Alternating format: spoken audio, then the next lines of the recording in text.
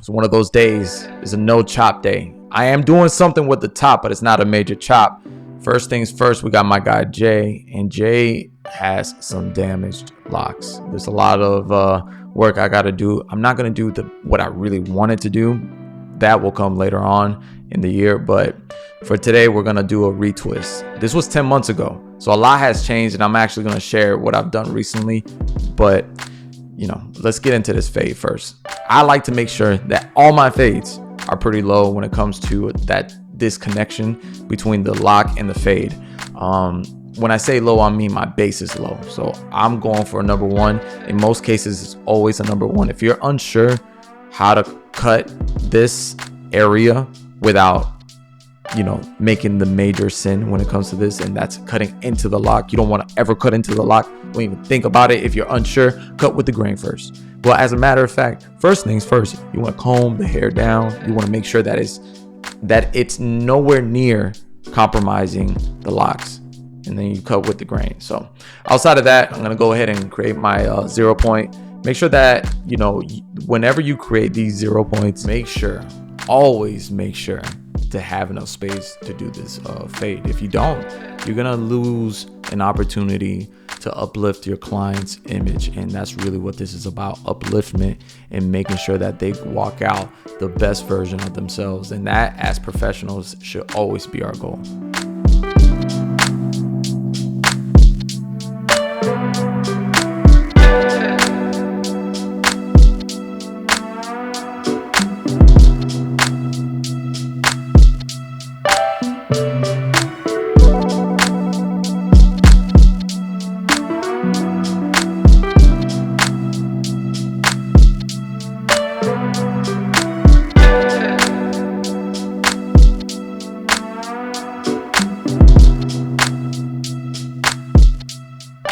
So listen, even though Jay showed up with a very clean scalp, I was able to do a clean ass fade on him.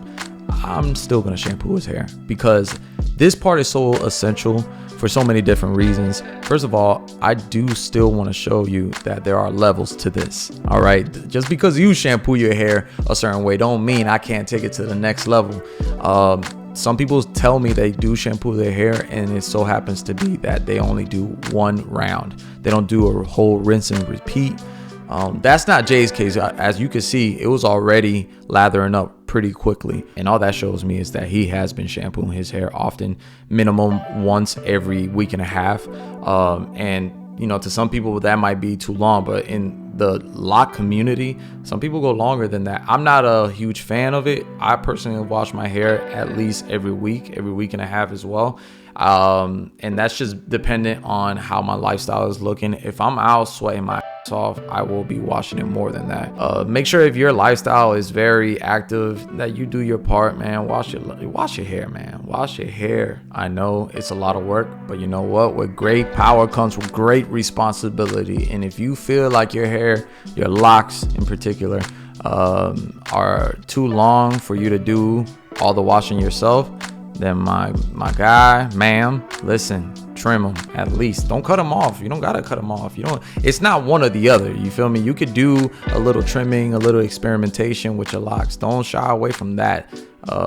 But you know, it's important that you also maintain good, healthy scalp health.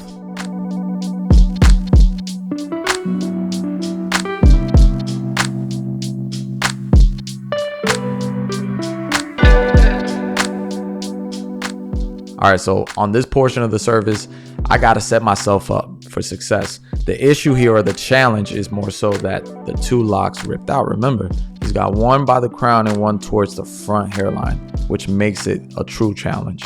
So I have to make sure that the sections that I'm making, I don't wrap around. I'm not using any gel, because what I'm about to do is crochet. And when it comes to crocheting, you want the hair to not have any product to run into issues where the needle's not being able to grab the hair to weave it around the section. You just want the hair to do its thing, to be loose, and for the needle to do its job, right? And so anyways, I'm not, you know, over tightening the hair around the lock section. I'm more so looking at what the sections look like, and I'm also showing Jay what the sections look like, along with the loose hair that previously had a lock, but you know, the locks popped out. Let me tell you something. When one of your locks pop out, you got to ask yourself, do I still want to do this thing? Do I want to stay on this journey? And you know, Jay, he's been on his journey since the beginning of COVID. You know, prior to this, he never got a chance to venture out and try different things with his hair. And so, you know, I'm trying to help him out with keeping this journey going. And so crocheting is one of those ways, right? I'm trying to reinforce each lock. And I even told him he's got a few other options. I mean, he could always cut the locks in half, take 2 halves of those sections that I cut off, and I could recrochet them into those missing areas. But I also do think that he might be able to benefit from thicker locks, so I could even combine the locks and then create new sections. And all these sections will do is just help out by making sure that he has reinforced sections, stronger sections, due to the fact that his hair has thinned out in certain areas, and he's, you know, done so many tight styles that hair has ripped off. You know, I feel like it's time for him to consider just recreating this, doing a full transformation. I find it to be super essential to know how to crochet, especially if you're doing lock services, because at that point, the possibilities are endless. You can combine them, you can fix them, you can do anything basically. I mean, how do you think Kodak was able to cut his hair off and then put it back on and not have to go through a whole new lock journey? There's so many ways, but it does take time. They don't teach this in school, so you got to really take it upon yourself to learn these techniques. But I've found them to be super essential.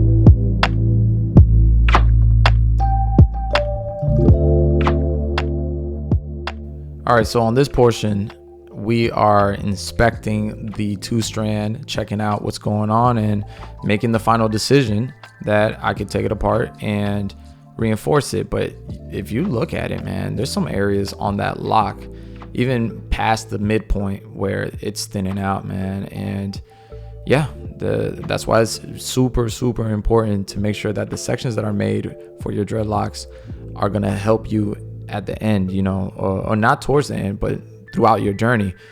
If you are sure that you have thinner areas in the front, then your locks gotta be thicker towards the front, because you don't want to run into this issue later in your lock journey and have to reconstruct.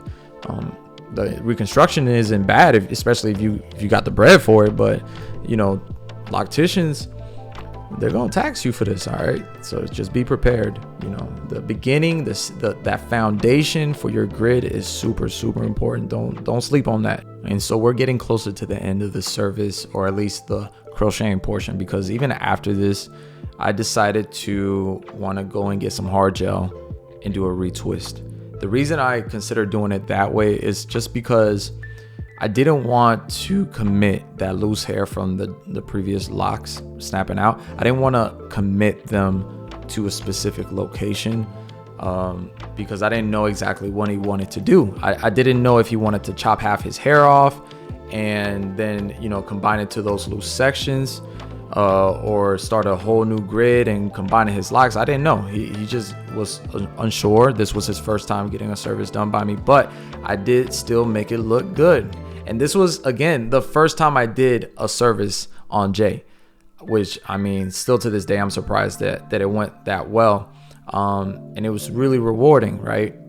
Which I feel, just for what it was, it's a step forward, right? That's what this new season of my life is about. But I didn't end there.